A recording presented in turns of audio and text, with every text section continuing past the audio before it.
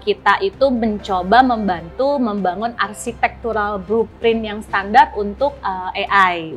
Meng-capture data. Data itu harus diolah menjadi sebuah insight yang berguna membantu decision making dari perusahaan.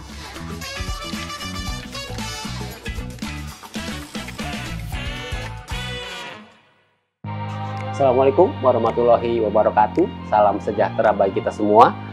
Hanya karena pria berewok, Dinda tinggalkan abang sendiri. Jumpa lagi di Info Komputer Tech Talk, podcast bermanfaat untuk orang IT.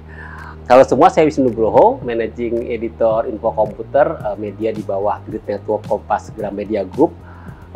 Berjumpa lagi di acara Info Komputer Tech Talk, sebuah acara ngobrol santai tentang tren teknologi terkini ke depan yang diharapkan dapat memberi insight menarik bagi Anda sebagai IT profesional.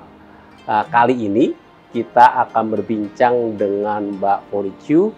Beliau adalah Country Manager dari Red Hat Indonesia. Saya kenal Mbak Foni dari belasan tahun yang lalu gitu ya. Sejak beliau dari Microsoft, gadis ya dulu ya, dari Microsoft, IBM, Lenovo, sampai kemudian sekarang dipercaya memimpin Red Hat di Indonesia.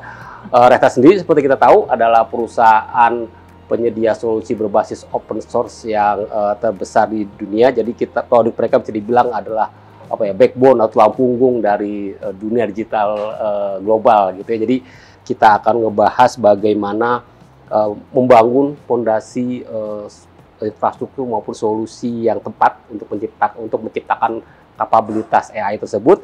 Kemudian kalau mendefinisikan sebenarnya apa sih tantangan yang muncul sehingga kita bisa tahu solusinya.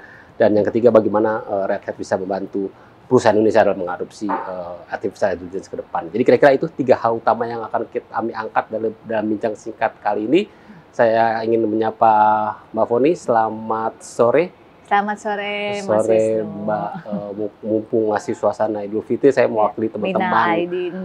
Saya pribadi teman-teman Info Komputer mengucapkan maaf lahir batin untuk teman-teman. Terima kasih, Mas. Minal aidin juga kepada pemirsa ya, dan para yang nonton Infocom Tech Talk. Tech Talk itu, ya betul. Sip.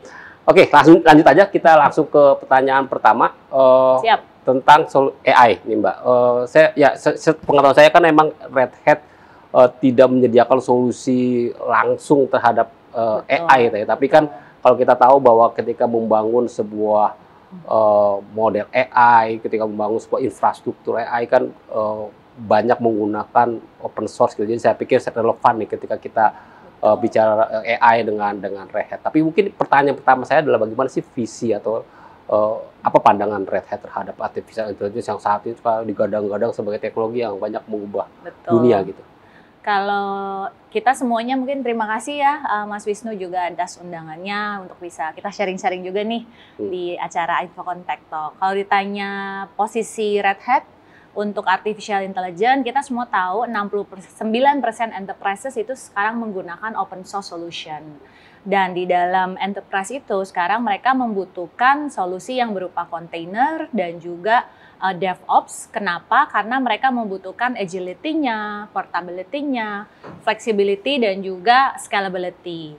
Nah, untuk Red Hat sendiri, sebenarnya kita adalah platform company. Kita tidak pernah bilang kita memiliki solusi yang AI-based, namun kita percaya bahwa solusi AI-based itu akan dijalankan di sebuah platform which is adalah container platform.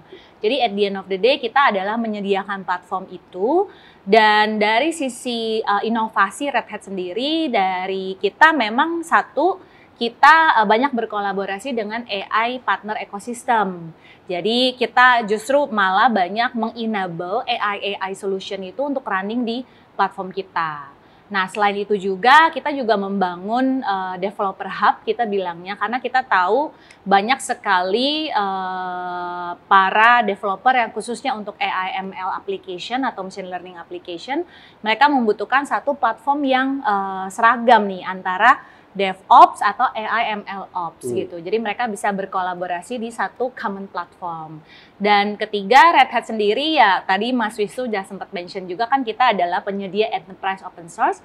Namun kita juga sangat aktif nih Mas berkontribusi di upstream project ya kan, di mana kita itu mencoba membantu membangun arsitektural blueprint yang standar untuk AI gitu. Jadi biar customer kita juga udah tahu ketika dia ingin membangun sebuah AI environment, komponen-komponen apa yang dibutuhkan gitu. Dan yang terakhir, kita juga ada launching Red Hat OpenShift AI dan Data Science. Sebenarnya itu juga again untuk memudahkan para developer gitu. Jadi ya balik lagi sebenarnya kalau visinya Red Hat sendiri, kita ingin menyediakan sebuah platform untuk para developer bisa membangun AI-based application dan mengoperasionalkannya nanti ya kan, karena AI itu kan perlu sesuatu yang terus-terusan ya Mas gitu. Dan salah satu mungkin strength-nya Red Hat adalah bisa membangun aplikasi itu dan menjalankan di mana saja, baik itu di cloud, di private, di edge ya kan, atau di public cloud. Nah, itu yang mungkin kita bilang bahwa kedepannya kita melihat bahwa AI ML application itu memang harus bisa dijalankan di mana saja dengan satu common platform dan supaya go to marketnya atau merilis aplikasi bisa lebih cepat. Mungkin kalau boleh nambahin sedikit kan kita tahun lalu ada Red Hat Summit Connect ya Mas, ya, acara annual event kita di Boston. Di situ kita juga launching banyak sekali aplikasi yang berbasis AI seperti ada Ansible Lightspeed-nya kita. Tadi saya udah sempat sebut ada Red Hat Developer Hub, ada Red Hat OpenShift AI, dan yang terakhir ada juga yang kita bilang Trusted Supply Chain. Jadi memang di situ kita udah sebisa mungkin infuse AI juga di solusi kita, walaupun memang core-nya kita adalah menyediakan platform. Gitu. Oke. Berarti memang saat ini Red Hat sangat serius gitu ya dalam menggarap AI ini. Maksudnya memang apakah memang ini akan menjadi sebuah teknologi yang enabler banyak hal seperti yang dijanjikan selama ini, atau ada hal lain yang mungkin bisa menjadi perspektif baru terhadap AI terutama di perusahaan Indonesia? Kita believe bahwa AI itu akan meng-enable bisnis ya, Mas ya. Dan maksudnya itu akan enhance a lot of productivity. However, ya kita juga tidak menutup kemungkinan banyak challenge ya ketika ingin menjalankan sebuah AI project, mengoperasionalkannya, dan juga again bagaimana dari sisi culture company. Jadi balik lagi dari sisi people, proses, teknologi itu harus dilihatin. Namun kalau dari Red Hat sendiri kita juga tetap kita believe bahwa AI is everywhere, AI is benefit to the business, is just harus tahu gimana cara memanfaatkan AI itu. Gitu. Nah sekarang ngomong konsep open source, kalau kita lihat kan sekarang banyak platform, banyak libraries, banyak model yang dibangun di atas pemahaman open source gitu. Facebook ngeluarin lama dan segala macam. Jadi tapi kan juga di sisi lain kita juga melihat proprietary model yang dikembangkan oleh banyak perusahaan lain gitu. Mungkin ya pertanyaan saya mungkin ya bagaimana open source bisa menjadi bersaing atau bukan bisa menjadi pilihan menarik gitu di tengah solusi-solusi ya properti yang ya walaupun proprietary tapi dia udah kayak bisa langsung digunakan gitu. Gimana sih kita audiens perlu melihat bahwa ini ada open source, ini ada yang proprietary, tapi kita harus bisa memilih yang cocok untuk perusahaan. Sebenarnya mungkin ada sebuah studi ya Mas Wisnu, 80% enterprises itu mereka merasakan open source meng-enable AI ML solution dan juga di edge gitu. Jadi there is a reason why kenapa si enterprises itu mereka lebih suka mengadopsi open source solution. Kenapa? Satu, definitely mempercepat inovasi. Karena kan open source anyway kita adalah community based, everyone can contribute ya kan. Dan itu inovasinya itu jauh lebih cepat daripada proprietary software. Dan kalau di open source kita selalu bilang the power of the innovation dan teknologi itu ada di tangan orang yang menggunakannya, bukan di tangan si perusahaan software tersebut gitu. Itu yang satu. Yang kedua mungkin dari sisi fleksibilitas. Jadi kalau kita menggunakan open source solution itu tidak limited ke salah satu teknologi platform gitu. Jadi tadi yang sempat saya mention juga di awal, actually kita dari Red Hat benar-benar mencoba memberikan sebuah solusi hybrid cloud, kita bilang, untuk running sebuah application anywhere, baik itu di cloud, di private, atau di hybrid cloud, ataupun di edge. Jadi buat customer kita, atau buat enterprises ketika mereka build application, they only build it once and then reuse everywhere. Jadi nggak kayak harus reinvent the wheel ketika mereka mau pindah dari sisi infrastruktur gitu. Dan yang ketiga ya mungkin tadi bawah Kubernetes dan juga si AI platform untuk bisa re-running di satu platform yang sama, itu salah satu practice yang sangat dibutuhkan ketika nanti ingin menjalankan sebuah AI project. Nah, kalau dari Red Hat sendiri kita memberikan kemampuan atau capability ya dari solusi kita kepada customer, which is yang pertama adalah build ya kan, terus deploy dan juga integrate AI dengan existing platform. Jadi kemampuan untuk bisa bekerja sama atau berkolaborasi dengan existing platform itu akan definitely improve productivity dan juga efisiensi. Nah, tadi yang kedua adalah bagaimana build, deploy, and manage di AI-based application itu di mana saja tadi, mau itu di cloud, di private cloud, hybrid cloud, atau di edge. Dan terakhir tidak dilupakan juga adalah kita punya kekuatan AI partner ecosystem. Jadi kita sudah mencertified kalau per tahun lalu sekitar 30 AI solution atau AI based solution yang untuk bisa running di OpenShift platform kita.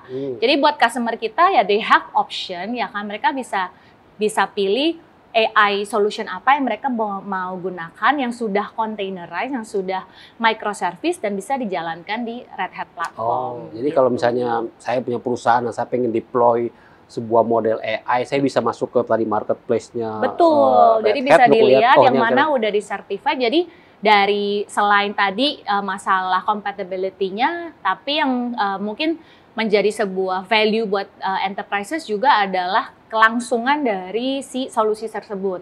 Jadi masalah integritas, lifetime atau life cycle-nya itu tidak menjadi sebuah challenge atau concern lah buat customer kita. Oke. Dan itu akan terus dikembangkan. Tadi kamu sebut 30-an ya tadi. Per tahun lalu 30, harusnya sih udah semakin nambah ya dengan bertambahnya banyak AI solution gitu. Banyak sih, Mas. Nah, sekarang kan ya AI ini kan dalam 2 tahun terakhir sangat naik, sangat popularitas sangat besar, sangat naik, sangat pesat gitu ya. Sebagai studi juga menunjukkan banyak perusahaan yang udah adopsi AI termasuk di Indonesia. Tapi mungkin kalau dari pengalaman Red Hat berinteraksi atau membantu klien perusahaan di Indonesia gitu, sebenarnya ada perspektif atau mereka sudah ke sana atau memang baru nyoba, atau ada insight nggak ya dari? Kalau dari hasil ngobrol-ngobrol nih ya Mas ya sama customer Red Hat di Indonesia, itu memang AI ini menjadi sebuah prioritas. Jadi ketika kita masuk di mereka punya enterprise IT blueprint, itu AI pasti ada. Namun memang balik lagi tergantung maturity dari masing-masing organisasi. Jadi ada yang memang udah advance, ada yang baru mau memulai ya kan, ada yang udah mulai tapi lagi mikirin nih gimana caranya untuk di-improve dan supaya benefit dari AI use case-nya itu bisa terasa di sisi bisnis gitu. Karena kan at the end of the day mau menjalankan sebuah AI kan pasti kita perlu ada dari sisi justifikasi bisnisnya, terus dari sisi bagaimana memaintainnya gitu. Karena nggak mungkin dijalanin terus nggak diteruskan gitu. Jadi kita perlu ada sebuah plan yang jelas how to operationalize sebuah use case AI ya kan, dan juga memaintain gitu. Itu yang kita lihat. Namun kalau misalnya dari beberapa customer kita lihat mereka itu banyak sekali yang mungkin memulai dari use case sederhana. Jadi AI itu kan sebenarnya ada yang hanya dari kita mempelajari sebuah data, Mas, sampai ke yang mereka bisa self learning ya kan, which is yang sekarang mungkin banyak ditawarkan gitu ya. Mereka benar-benar generative AI, mereka self learning sendiri sampai bisa memberikan sebuah rekomendasi gitu. Jadi again itu tergantung tahapan dan balik lagi ketergantungan terhadap people process teknologinya juga harus diperhatikan sih gitu. Jadi walaupun sudah ada teknologi, tapi dari sisi people-nya nggak di-enable, they don't know how to use the teknologi, ya kan. Terus dari sisi proses, karena AI enable business process juga dibutuhkan, dan actually tidak sama dengan business process yang ketika masih manual. Oke. Gitu. Berarti nyambung dengan pertanyaan saya berikutnya nih, yaitu tentang tantangannya. Misalnya tadi kan udah lihat, oke, banyak yang udah implementasi, tapi kalau tantangan tadi, ya tadi tetap menyangkut 3 hal basic kalau itu tantangan tadi. yang kita lihat paling banyak itu talent ya. Jalannya, Mas Wisnu gitu ya, mungkin di mana-mana ya, nggak cuman di project AI gitu. Lack of talent itu beneran real. Namun kita juga melihat itu menjadi sebuah opportunity sebenarnya, apalagi untuk sekarang banyak sekali digital skilling yang ada di luar sana, dan ya Red Hat sendiri kita memang very focus in terms of creating talent ya kan, untuk baik itu untuk customer ataupun business partner kita.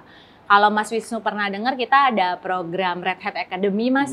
Jadi kita bekerja sama dengan saat ini mungkin udah 180 universitas di Indonesia, dan dari 180 itu ada sekitar 60 yang aktif membuka kelas Red Hat gitu. Baik itu dari sisi operating system atau container base atau ke otomasi solutionnya kita. Jadi tujuannya kita adalah mempersiapkan mereka dan juga mencoba untuk bridging the gap between the organization dan juga education. Dan kita juga banyak sekali kayak online learning yang free ya kan, yang mereka untuk orang-orang yang memang punya interest, mereka bisa go to Red Hat Learn dan mereka mengambil courses itu gitu. Dan selain itu sebenarnya go to the next step, Red Hat itu kita punya yang namanya Red Hat Talent Network. Jadi di situ kita mencoba ya menjadi mak comblang lah ya gitu ya Mas Wisnu, yang mempertemukan antara organisasi dan juga talenta gitu. Karena kita punya database mahasiswa yang akan graduate, dan ketika mereka mempunyai sebuah sertifikasi atau mereka udah pernah mengambil kelas tertentu, itu informasinya ada di situ. Jadi I think it's very good, dan personally juga aku feeling very great about this initiative ya, karena tentunya itu salah satu bentuk kontribusi Red Hat juga lah dalam mengakselerasi digital ekonomi. Nah, selain talenta, sekarang juga mungkin bagaimana si enterprise itu memiliki self-service tools. Karena kalau untuk AI ML, self-service itu penting banget supaya mereka bisa lebih agile, mereka bisa lebih cepat ya kan, dan juga ya definitely at the end of the day ya faster time delivery gitu. Bagaimana mereka memberikan sebuah service dengan lebih cepat, dan kalau tidak bisa self-service, ketergantungan terhadap divisi lain atau terhadap orang lain akan tinggi gitu. Nah, itu yang kita lihat sangat penting sekali ya buat sebuah organisasi ketika ingin memulai sebuah AI project ya kan, yang minimum dari sisi talenta juga harus perhatikan, tools-nya juga harus diperhatikan. Oke, jadi pembelajaran itu nggak cuma buat orang data scientist, orang IT dan segala macam untuk menggunakan untuk mengulik soal AI, tapi juga tadi kayak end user, bagaimana cara memanfaatkan AI juga tersedia di kurikulum. Kita kalau misalnya untuk yang commercial training, kita juga ada Mas Wisnu. Kalau tadi yang saya sharing itu kan memang diperuntukkan untuk education institution, jadi lebih ke universitas. Namun kalau untuk di enterprise atau organisasi yang ingin memberikan atau ingin memperoleh training, kita juga ada yang commercial training dan certification. Dan jujur saat ini memang banyak banget dicari sih Mas gitu, dengan semakin banyaknya adopsi open source ya kan, dan ya salah satunya pasti ya enterprise open source seperti Red Hat, memang dibutuhkan resource-resource yang skillful sih untuk know how to operate gitu. Jadi masih banyak lapangan pekerjaan untuk banget gitu. Jadi kalau saya ketemu customer atau ketemu partner ya kan, pasti yang pertama ditanya kesulitannya nyari orang, Mas. Mungkin sama juga ya nggak cuman kita gitu ya, customer kita, partner kita juga sama gitu. At the end of the day, I think it is very critical kita untuk having the right talent with the right skill ya kan. Dan apalagi kita lihat akselerasi digital transformation juga ever since COVID ya kan, sampai sekarang itu masih jalan terus, dan untuk beberapa perusahaan Ada yang juga baru mulai Mas gitu. Jadi mungkin untuk industri tertentu digital transformation-nya actually happen lebih cepat, dan sekarang juga udah a lot of industry juga udah mulai pick up sih. Gitu. Oke. Karena kan kita sering denger tuh tech winter dan segala macam. Tapi sebenarnya kalau saya lihat di sini berarti emang supply dan demand-nya aja belum cocok. Ketemu. Iya, kalau kemarin juga kita sempat ngobrol sama Kominfo gitu ya Mas ya. Memang talenta digital yang dibutuhkan itu masih sangat kurang ya kan, untuk mencapai target Indonesia Digital Economy gitu. Okay. Exact number-nya saya nggak inget, tapi secara jumlah masih kurang sih. Dan dari industri pun juga sebenarnya dari awal itu juga banyak yang permintaan terkait tadi. Permintaan banyak. Ya. Gitu. Oke, sekarang balik ke AI nih Mbak. Kalau misalnya saya sebagai perusahaan tadi ada yang mulai dari yang kecil dan segala macam. Jadi kalau ada saran dari Red Hat terkait adopsi AI gitu. Kalau misalnya saya kira-kira udah punya basis data yang bagus, kalau saya pengen mengenhance-nya dengan inject AI ke sana gitu. Kira-kira saran yang biasanya Mbak Foni atau tim dari Red Hat berikan tuh apa kepada perusahaan seperti saya? Yang pasti first thing first harus clear ya Mas, AI use case yang mau dibangun apa. Itu yang pertama, karena at the end itu akan menentukan business impact, dan ya definitely sebuah project dijalankan butuh ROI ya Mas ya. Nah itu yang pertama. Jadi jangan hanya cuman gaya-gayaan ya. Iya, gaya-gayaan punya AI gitu. Ya mungkin kayak itu ya. Zaman dulu mungkin project IoT gitu misalnya. IoT pasang sensor dan what gitu. Sensor itu kan harus meng-capture data. Data itu harus diolah menjadi sebuah insight yang berguna membantu decision making dari perusahaan. Misalnya gitu ya. Jadi harus very clear dari sisi use case-nya apa, and then try to divine impact-nya apa gitu. Jadi bagaimana we bring that use case from development into production dan operasionalnya. Tadi yang saya mention itu kan maintain project itu, karena kalau kita menggunakan machine learning atau AI itu kan continuous learning ya Mas, supaya memang insight-nya selalu up to date, supaya info-info yang diberikan itu memang yang udah paling menggunakan real time data gitu. Nah itu kan salah satu objektif dari AI usage ya.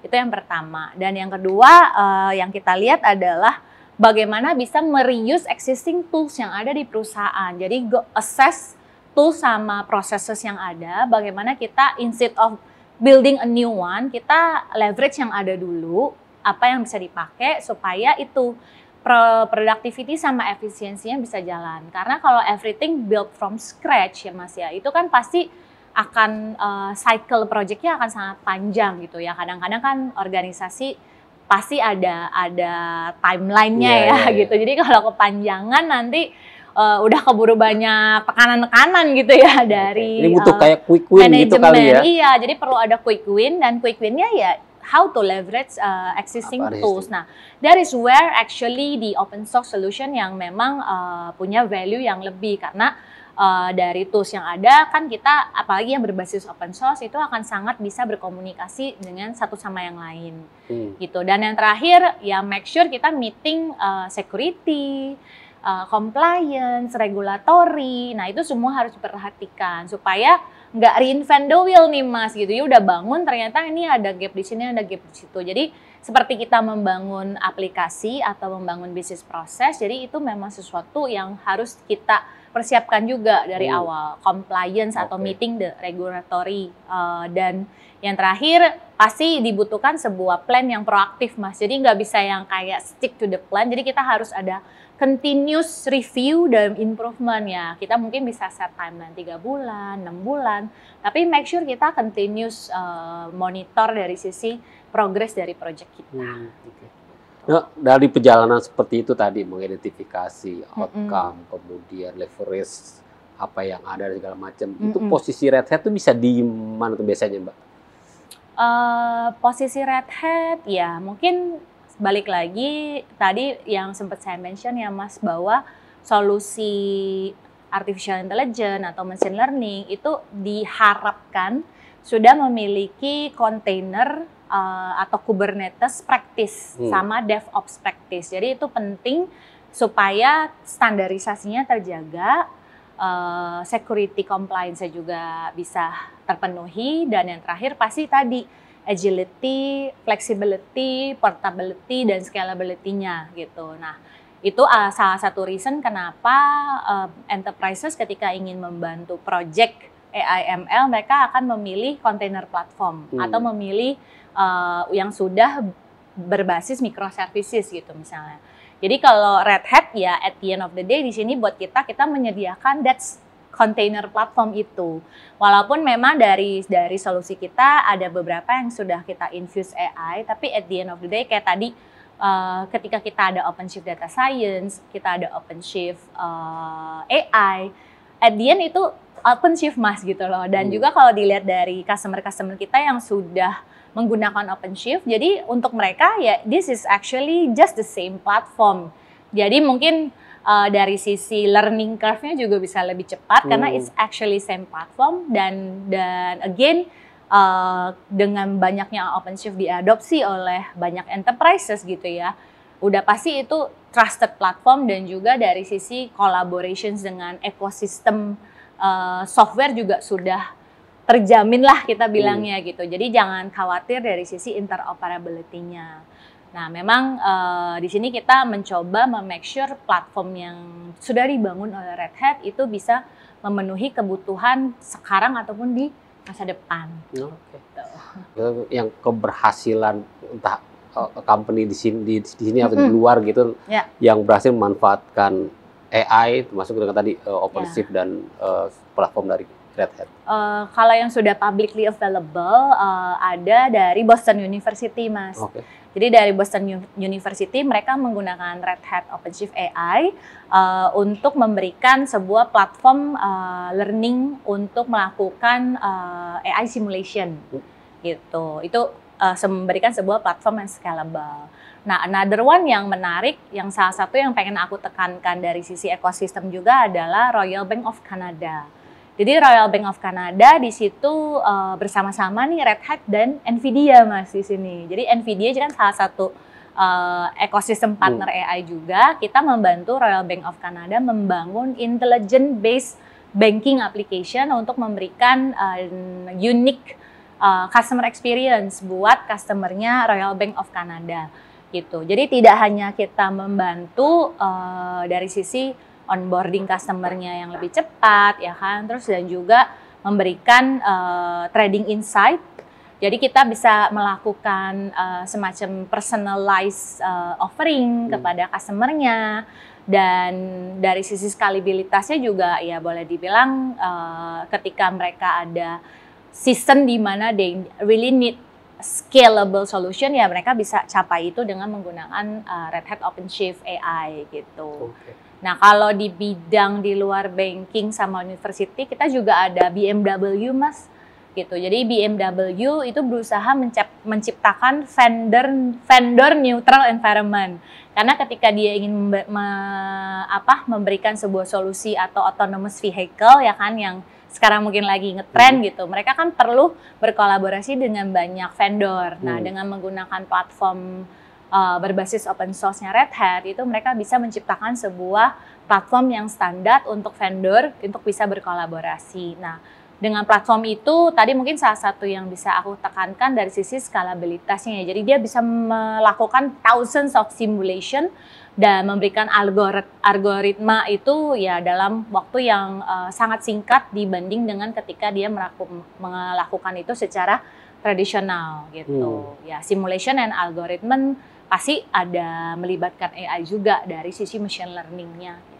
Oke, tadi ada education, tadi juga ada finance juga ya. Itu ya. Iya, itu ada beberapa yang mungkin aku bisa sharing sekarang gitu Mas ya. Mungkin sebenarnya masih banyak lagi sih. Karena ya aku kebayang bahwa itu bisa digunakan di berbagai kayak kata di customer. Iya, harusnya bisa di retail, diaplikasikan di customer di Indonesia juga Mas gitu. Nah, kalau memang kita balik ke Indonesia, beberapa customer kita memang sudah digital bankingnya menggunakan Red Hat itu lumayan banyak Mas, baik itu dari yang bank misalnya Mandiri Living atau BRI Brimo, BTPN Jenius, ILCIMB, itu semua sudah menggunakan platform kita juga sih. Jadi memang it's just karena mereka sudah on Red Hat platform, actually for them untuk step up ke AI ML project ya kan, itu pasti akan jauh lebih gampang lah ya, mudah. cepat, ya mungkin kita nggak bilang mudah ya, pasti akan ada tantangannya juga, tapi minimum learning curve-nya lebih cepat. Pondasinya udah di sana, tinggal nambahin. Betul, Mas. Siap. Nah, mungkin pertanyaan terakhir nih ya untuk melihat ke depan tuh meneropong ke depan gitu. Kira-kira trennya seperti apa tuh AI itu? Apakah emang itu akan menjadi sebuah semakin banyak use case menarik yang muncul atau gimana? Mbak bisa melihat AI ke depan kira-kira kalau kita teropong ya Mas ya. Kayak checker gitu. Memang kita bilangnya the moment of AI ya sekarang. Jadi kalau kata CEO kita itu AI is now and AI is everywhere gitu. Jadi kalau dibilang memang sekarang itu organisasi banyak yang sudah memulai AI project-nya, dan ya tidak sedikit juga yang sudah mulai merasakan benefit-nya gitu. Jadi AI tetap akan menjadi prioritas enterprises, dan kita juga believe AI pasti akan memberikan benefit bisnis Mas gitu. Jadi memang harus di-handle dengan baik ya kan, karena running an AI project itu can be very complex, dan balik lagi ke people process teknologinya juga komponennya perlu dipikirin gitu. Jadi apakah people-nya sudah siap? Do we have the right talent, the right capability? Do we have the right business process ya kan? Karena business process-nya juga akan mungkin berbeda dengan tanpa menggunakan AI. Karena balik lagi teknologi is business enabler ya. Kita benar-benar harus making sure teknologi ini memang benefit ke enable the business, bukan menjadi sebuah kita sebutannya, kalau dulu mungkin dianggap teknologi ini sebuah investasi atau sebuah cost center, tapi sekarang udah benar-benar the other way around gitu. Actually technology is enabling the business.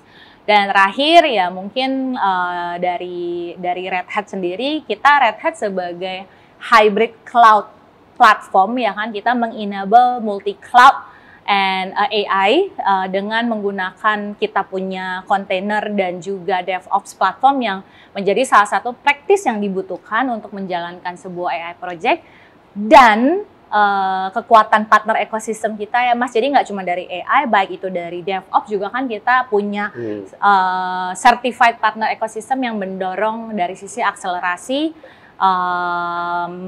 project AI itu gitu. Jadi selain itu juga operasional juga penting. Tadi yang kita bilang bagaimana kita itu cycling end-to-end-nya dan yang berulang-ulang itu harus tetap bisa dipertahankan.